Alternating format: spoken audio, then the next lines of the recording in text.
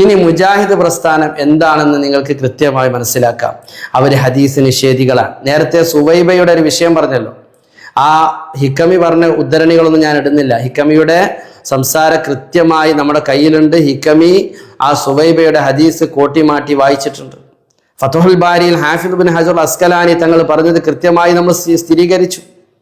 ഇനി ഇവരുടെ സ്ഥിരം പല്ലവി അഥവാ ഈ പ്രസ്ഥാനത്തിന്റെ ഏറ്റവും വലിയ അപകടം എന്തെന്ന് ചോദിച്ചാൽ, ഇവർ ദീനിനെ കൊണ്ടുപോകുന്നത് ഉസൂലും പ്രമാണവും ഖുർആനും ഹദീസും എന്നല്ല, ബുദ്ധിക്കനുസരിച്ച് നീങ്ങുന്ന മതമാണ് ഇവരുടേത്. ബുദ്ധിക്കനുസരിച്ച് നോക്കൂ നിങ്ങൾ, ഈ പറയുന്ന സുവൈബയുടെ ഹദീസ് ബുഖാരിയിലുള്ളതാണ് എന്ന് പറയുന്നത് ആരാ? ഇവരുടെ ഒരു മൗലവിയാണ്. ഇവരുടെ തലതൊട്ടപ്പൻ നേതാവായ ഒരു മൗലവിയാണ്. ആ മൗലവി ആ ഹദീസ് ബുഖാരിയിലുള്ളതാണെന്ന് അംഗീകരിക്കുന്നുണ്ട്. ഇവർ പറയുന്നത് അത് ബുഖാരിയിലുള്ളതല്ല എന്നും പറഞ്ഞ് അതിന്റെ തൈലീക്കാത്താണ്, അത് സ്വീകരിക്കാൻ പറ്റൂല. ഏത് ബുഖാരിയെ കുറിച്ച് ഇത്രയും നിസ്സാരമാക്കിയിട്ടാണ് ബുഖാരിയെ ഈ വിസ്റ്റം ഗ്രൂപ്പ് പോലും കാണുന്നത്. അസഹുൽ കുത്തുബി ബഅദ കിതാബില്ലാഹി സഹീഹുൽ ബുഖാരി, ഇമാം ബുഖാരിയുടെ ആ സ്വഹീഹിലുള്ള കാര്യങ്ങൾ ഇവർ തള്ളുകയാണ്. ആരാ തള്ളിയത്? ഇവരെ കൂട്ടത്തിൽ തന്നെ 60 ഹദീസ് ലൈഫാക്കിയ സലാം സുല്ലമി, ഇവരുടെ വലിയ ലീഡർ, മരിച്ചുപോയി. ഇന്നിപ്പോ ആ പ്രസ്ഥാനമുണ്ട്, അഥവാ വിസ്റ്റത്തിന്റെ നേരെ ആന്റി ഗ്രൂപ്പ്. ഏതാണത്? മർക്കസുദാവ. അവരും വിസ്റ്റവും തമ്മിലുണ്ടായ സംവാദം. അതില് ഈ പറയുന്ന ബുഖാരിയിലെ പല ഹദീസുകളും അതിനെക്കുറിച്ച് മർക്കസുദാവയുടെ മുജാഹിദിന്റെ മറ്റൊരു വിഭാഗമായ മർക്കസുദാവയുടെ പണ്ഡിതൻ പറയുന്നത് എന്താ? സിഹറുമായി ബന്ധപ്പെട്ട ഹദീസ് സ്വീകാര്യമല്ല.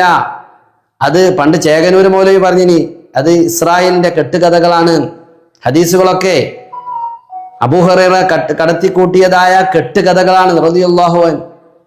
അതുപോലെ സഹീഹുൽ ബുഖാരിയിലെ 60ഓളം ഹദീസ് ലൈഫാണ്. അക്കൂട്ടത്തിലാണ് അജുബക്കാരക്കയുടെ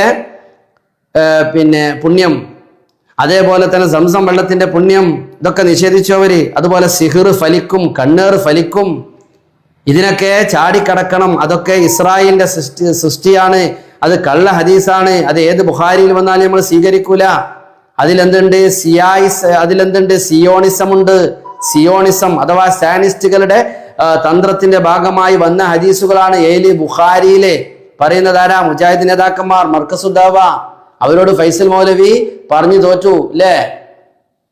നോക്കൂ നിങ്ങൾ.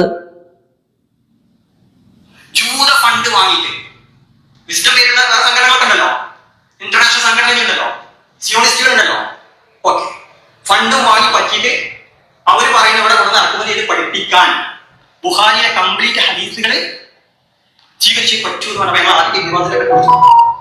വിവാദത്തിൽ പോലുള്ള പണ്ഡിതന്മാര് അല്ലെങ്കിൽ വേറെ ചില പണ്ഡിതന്മാരൊക്കെ അതിൽ നിരൂപിച്ചതും സനദോടുകൂടി വന്ന ഹദീസുകളൊക്കെ നിരൂപിക്കപ്പെട്ടു കൊടുത്തു. നമ്മൾ മാറില്ലേ? ഓക്കെ, ഗതി മുട്ടിയ സമയത്ത് ചില സമയത്ത് ബുഖാരിയിലെ ചില ഹദീസുകൾ വായിച്ചു കേൾപ്പിച്ചു.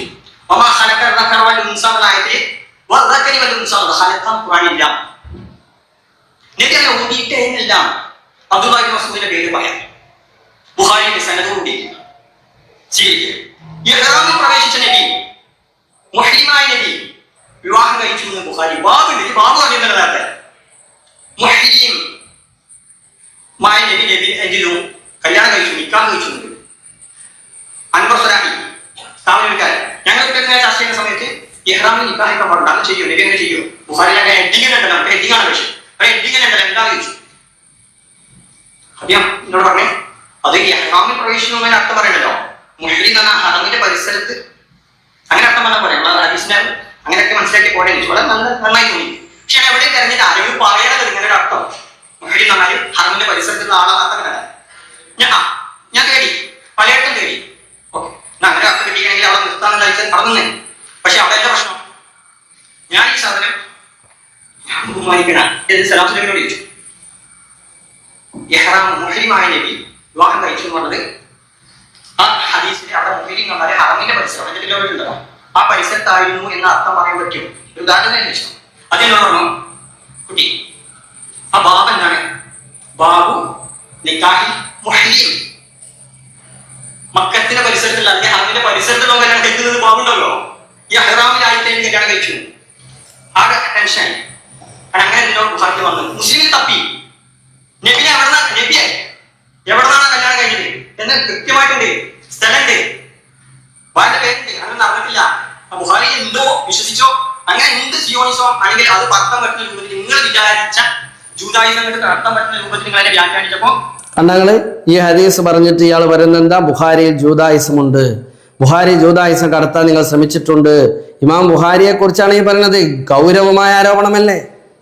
ഇത് മുജാഹിദിന്റെ ഒരു ഗ്രൂപ്പാണ്, ഹദീസ് നിഷേധികൾ. എന്നാൽ ഫൈസൽ മൗലവി അതിനേക്കാൾ വലിയ ഹദീസ് നിഷേധത്തിലേക്കല്ലേ പോലെ. ചില കാര്യങ്ങളൊക്കെ തുടർന്ന് പറയേണ്ടി വന്നു, എഴുതേണ്ടി വന്നു. അപ്പൊ ഇതിന്റെ ക്ലാസ്സിൽ നിങ്ങൾ ഈ ഉപദ്രവം കാലം കുറച്ച് കാര്യങ്ങളൊക്കെ ഇനി അതാ ഫൈസൽ മൗലവി വരുന്നു. ഫൈസൽ മൗലവി സ്വീകരിക്കണം എന്ന് പറഞ്ഞാൽ ഇതാണ് സാക്ഷാൽ ചെയ്യുന്നത്. ആണോ? ഇതാണ് സാക്ഷാൽ സേകനൂരിസം. ബുഹാരിയിലെ മുഴുവൻ ഹദീസും സ്വീകരിക്കേണ്ടതില്ല, സാക്ഷാൽ ചേകനൂരിസമാണ് എന്ന് മർക്കസുദവയുടെ മൗലവിയോട് ഫൈസൽ മൗലവി. ഇപ്പൊ സുന്നികൾക്ക് നേരെ പല ഹദീസുകൾ സുന്നികൾ പറയുമ്പോൾ അതിന്റെ സിഹത്തും അതിന്റെ ലൈഫ് നോക്കി നടക്കുകയാണ്. നബിദിനാഘോഷവുമായി ബന്ധപ്പെട്ട് നബിയുടെ ഇഷ്കും അവിടുത്തോടുള്ള മഹബത്തും പ്രണയവും പ്രകടിപ്പിക്കാൻ അതിന് യാതൊരു വരമ്പുകളില്ല. എന്നിട്ട് ആ ഇഷ്കിനെയും മദ്ഹിനെയും മൗലിദിനെയും എതിർക്കാൻ വേണ്ടി ഒരുമ്പെടുന്ന ഈ വിസ്റ്റം ഗ്രൂപ്പിന്റെ ഫൈസൽ മൗലവിയെ പോലെ, റഫീഖ് സലഫിയെ പോലെയുള്ള ഇവരുടെ മൗലവിമാര് പല ഹദീസുകളെയും അതല്ല എന്ന് സ്ഥിരീകരിപ്പിക്കുകയാണ്, പല ഹദീസുകളെ തള്ളുകയാണ്. ഹദീസുകൾ ബുഖാരിയിലെ ഹദീസ് ഏതാ? ബുഖാരി സഹീഹുൽ ബുഖാരിയിലുണ്ടോ എന്ന് അവർ പണ്ട് ചോദിച്ചിരുന്നത്. ഇപ്പൊ ഇവരിൽ നിന്ന് തന്നെ ഹദീസ് നിഷേധികൾ ഉണ്ടായത്. നോക്കൂ, മറ്റൊരാള്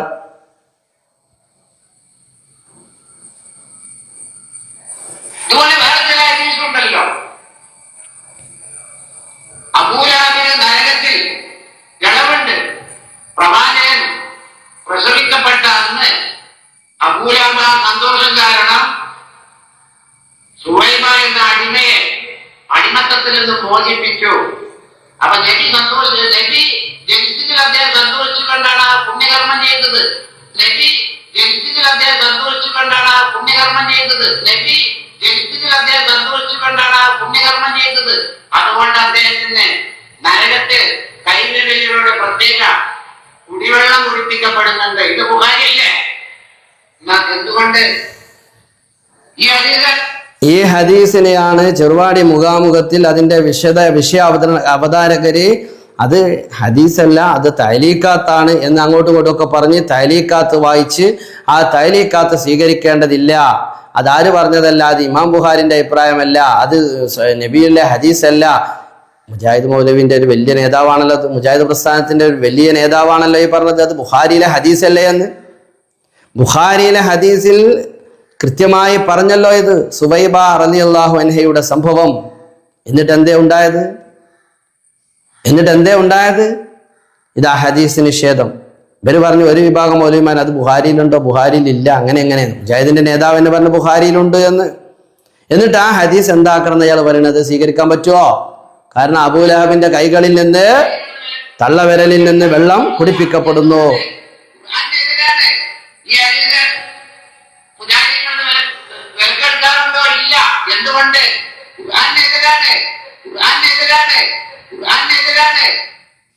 നോക്കൂ, ആ ഹദീസ് മുജാഹിദുകൾ വിലക്കെടുക്കാറുണ്ടോ? ഓ ഫൈസൽ മൗലവി, ചെറുവാടിയിൽ മുഖാമുഖം നടത്തിയ മൗലവിമാരെ നിങ്ങൾ നോക്ക്. ബഹുമാനപ്പെട്ട സഹീഹുൽ ബുഖാരി, ആ ബുഖാരിയെയാണ് ഇയാൾ തള്ളിയിരിക്കുന്നത്.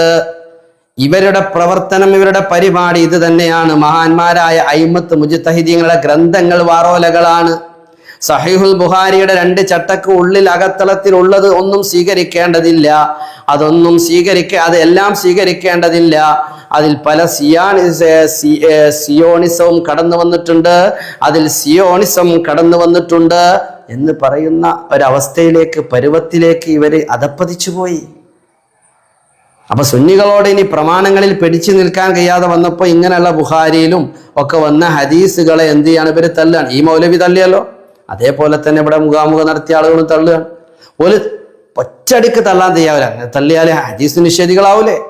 തങ്ങൾ അവരുടെ പേരിൽ, മറ്റുള്ള മർക്കസുദ്ദാവയുടെ പേരിൽ ഹദീസ് നിഷേധം ആരോപിക്കുമ്പോൾ നമ്മൾ ഒറ്റടിക്കട് തള്ളിയാൽ എന്താവും? അത് ഹദീസ് നിഷേധമാവില്ലേ? അപ്പൊ അതുകൊണ്ട് ബുഖാരിയിലുള്ള അനുബന്ധങ്ങൾ, അതിന്റെ തൈലീക്കാത്തുകൾ എന്നൊക്കെ പറഞ്ഞ് കഴിച്ചിലാവുകയാണ് ചെയ്തത്. എൻ്റെ പ്രിയപ്പെട്ട സഹോദരങ്ങളെ, നമ്മളിപ്പോൾ ആ സംഭവം മാത്രമല്ല നബിദിനത്തിന് തെളിവായിട്ട് ഉന്നയിക്കുന്നത്, അതൊന്നുമല്ല. നമുക്ക് എത്ര തെളിവുകൾ. ബഹുമാനപ്പെട്ട ഇമാം സുയൂത്തി റളിയല്ലാഹു തആല അൻഹു, അനസ് റളിയല്ലാഹു അൻഹു റിപ്പോർട്ട് ചെയ്ത ഹദീസ്, അക്കൻ നബി സല്ലല്ലാഹു അലൈഹി വസല്ലം അവിടുത്തെ ശരീരത്തിന് വേണ്ടി നബി തങ്ങളെ അഖീഖ അറുത്തു ബഅദ നുബുവത്തിന് ശേഷം. ഇതും മുങ്കറായ ഹദീസാണ്, ഇത് മൗലൂ ആണ്, ഈ ഹദീസ് ലഈഫാണ് എന്ന് പറഞ്ഞിട്ട് ഈ വേദിയിൽ ഇവിടെ വെച്ചുകൊണ്ട് പെരുമ്പറടിക്കുകയുണ്ടായി. ലഈഫായ ഹദീസ് നിങ്ങൾ നേരത്തെ പറഞ്ഞല്ലോ, സഹാബി പറഞ്ഞത് അതിൽ ലൈഫ് ഉണ്ട്, അപ്പോ അത് അമൽ ചെയ്യാൻ പറ്റൂലെന്ന് ഫൈസൽ മൗലവി. എന്നാൽ ആ ഹദീസ് സഹാബി പറഞ്ഞ ആ പെരുന്നാൾ തക്ബീറുകൾക്കിടയിലുള്ള ദിക്ർ ചെല്ലാൻ പറ്റുമെന്ന റഫീഖ് സലഫി. എന്നാൽ അതേപോലെ തന്നെ ലഈഫായ ഹദീസ് കൊണ്ട് അമൽ ചെയ്യുന്ന നിങ്ങൾ പറഞ്ഞല്ലോ ഈ ഹദീസ് നബി സല്ലല്ലാഹു അലൈഹി വസല്ലം അഖീഖ അറുത്തു, ഇതൊക്കെ ലൈഫാണ്, നിങ്ങളവിടെ ആക്കുകയാണ്. ആര് പറഞ്ഞു? ഏത് ഇമാമ് പറഞ്ഞു? ആ ലൈഫായ ഹദീസിനെ പിന്നെ എന്തുകൊണ്ട് ബഹുമാനപ്പെട്ട ഇമാം സുയൂത്തി റളിയല്ലാഹു അൻഹു തെളിവിന് കൊണ്ടുവന്നു? ബഹുമാനപ്പെട്ട ഹാഫിദ് ഇബ്നു ഹജർ അസ്കലാനി റളിയല്ലാഹു അൻഹു നബിദിനത്തിന് തെളിവായിക്കൊണ്ട് നേരത്തെ പറഞ്ഞ സംഭവം എങ്ങനെ ഉദ്ധരിച്ചു?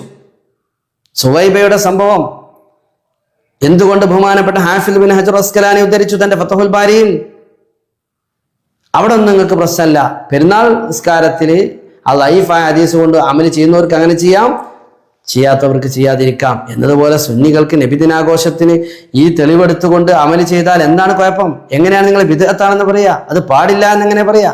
എത്രത്തോളം പറഞ്ഞ് നിങ്ങൾ അത് ശിർക്കാണ് എന്ന് പോലും പറഞ്ഞിരുന്നു. പക്ഷെ അവസാനം ഫൈസൽ മൗലവിയെ കൊണ്ട് പറയിപ്പിച്ചു നബിദിനാഘോഷം ശിർക്കല്ല എന്ന്. അപ്പൊ ഹദീസ് നിഷേധത്തിന്റെ വഴികൾ കണ്ടല്ലോ. ഇതൊക്കെ വഹാബികളിൽ നിന്നുണ്ടായിത്തീരുന്നതാണ്. ഇനിയും നോക്കൂ നിങ്ങൾ അവരെ പൊട്ടത്തരങ്ങൾ.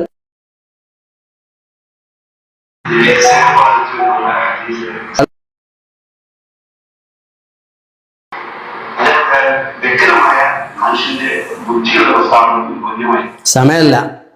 എന്താണ് ഉമർ സുല്ലമി പറയുന്നത് കൃത്യമായി നിങ്ങൾക്ക് പരിശോധിച്ചാൽ അറിയാം. സഹീഹുൽ ബുഖാരിയിലുള്ള ഹദീസാൻ, സിഹ്ർ സംബന്ധമായ ഹദീസാൻ. ആ സിഹ്ർ സംബന്ധമായ ഹദീസ് അത് പ്രമാണത്തിനെതിരാണ്, ഖുർആനെതിരാണ്. അതുകൊണ്ട് അത് സ്വീകരിക്കാൻ പറ്റില്ല, അത് തള്ളണം. അത് ബുദ്ധിക്ക് യോജിക്കാത്തതായത് കൊണ്ട് തള്ളണം എന്ന് പറയുന്നത് ആരാ? ഈ പറയുന്ന ആളുകളാണ്. നോക്കൂ നിങ്ങൾ എത്രത്തോളം ഇവർ അധപ്പതിച്ചു, എത്രത്തോളം ഇവർ അധപ്പതിച്ചു പ്രിയപ്പെട്ടവരെ. ഇനി നോക്ക് നിങ്ങൾ, ഇവരുടെ മതം തീരുമാനിക്കുന്നത്, കാര്യങ്ങൾ തീരുമാനിക്കുന്നത് ബുദ്ധി കൊണ്ടാണ്.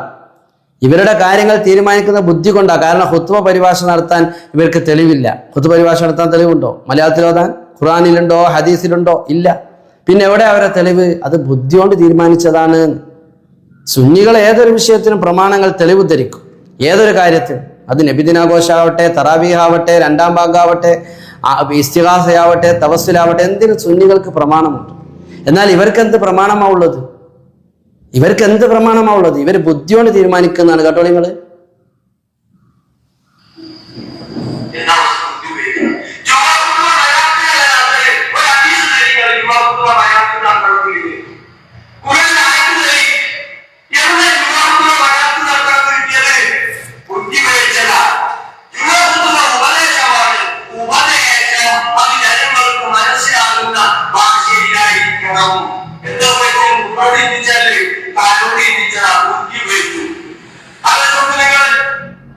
നിങ്ങൾ ബുദ്ധിയോട് തീരുമാനിച്ചതാണ്, തലോട് തീരുമാനിച്ചതാണെന്ന്. ഏത് ഇസ്ലാമിലെ ഒരു ആചാരം, ഒരു കർമ്മം, ഒരു ജുമായിലെ പ്രധാനപ്പെട്ട വെള്ളിയാഴ്ചയിലെ ഒരു കർമ്മം ചെയ്യുന്നത് ബുദ്ധിയോട് തീരുമാനിച്ചിട്ടാണ്, അല്ലാതെ ഖുർആനിലോ ഹദീസിലോ തെളിവുണ്ടായിട്ടല്ല എന്ന്. നിങ്ങളാണോ ഞങ്ങൾക്ക് ഉസൂൽ പഠിപ്പിക്കുന്നത്? നിങ്ങളാണോ നബിദിനത്തിന് പ്രമാണം ഞങ്ങളോട് ചോദിക്കുന്നത്? പ്രമാണം തന്നിട്ട് ആ പ്രമാണം തള്ളുകയാണ് നിങ്ങൾ. ഞങ്ങൾ ബുദ്ധിയോണ്ടല്ല തീരുമാനിക്കുന്നത്, ഞങ്ങൾ പ്രമാണങ്ങൾ നൽകുന്നുണ്ട്. അതിൽ ആ പ്രമാണങ്ങളൊക്കെ ലൈഫാണെന്ന് നിങ്ങൾ പറയുന്നു. ആ ലൈഫായ ഹദീസുകൾ വെച്ചുകൊണ്ട് ഫളായിലുൽ അമാലിൽ അമൽ ചെയ്യണമെന്ന് പണ്ഡിത ലോകം പഠിപ്പിച്ചിട്ടുണ്ട്. ഈ ഉസൂല് നിങ്ങൾ പറഞ്ഞു കഴിഞ്ഞു. എന്നിട്ട് അത് എല്ലായിടത്തും ബാധകമല്ല. അത് നിങ്ങൾക്ക് പെരുന്നാൾ നിസ്കാരത്തിന് ദിക്ർ ചെല്ലാൻ മാത്രമാണ്. അതുകൊണ്ടാണ് പറഞ്ഞത്, നിങ്ങൾ ചെറുവാടി നടത്തിയ മുഖാമുഖം ഒരു നാടകമാണ്. അത് കേട്ടവര്, അതിന്റെ സംഘാടകര്, അത് ശ്രവിച്ചു നിന്നവര് വെറും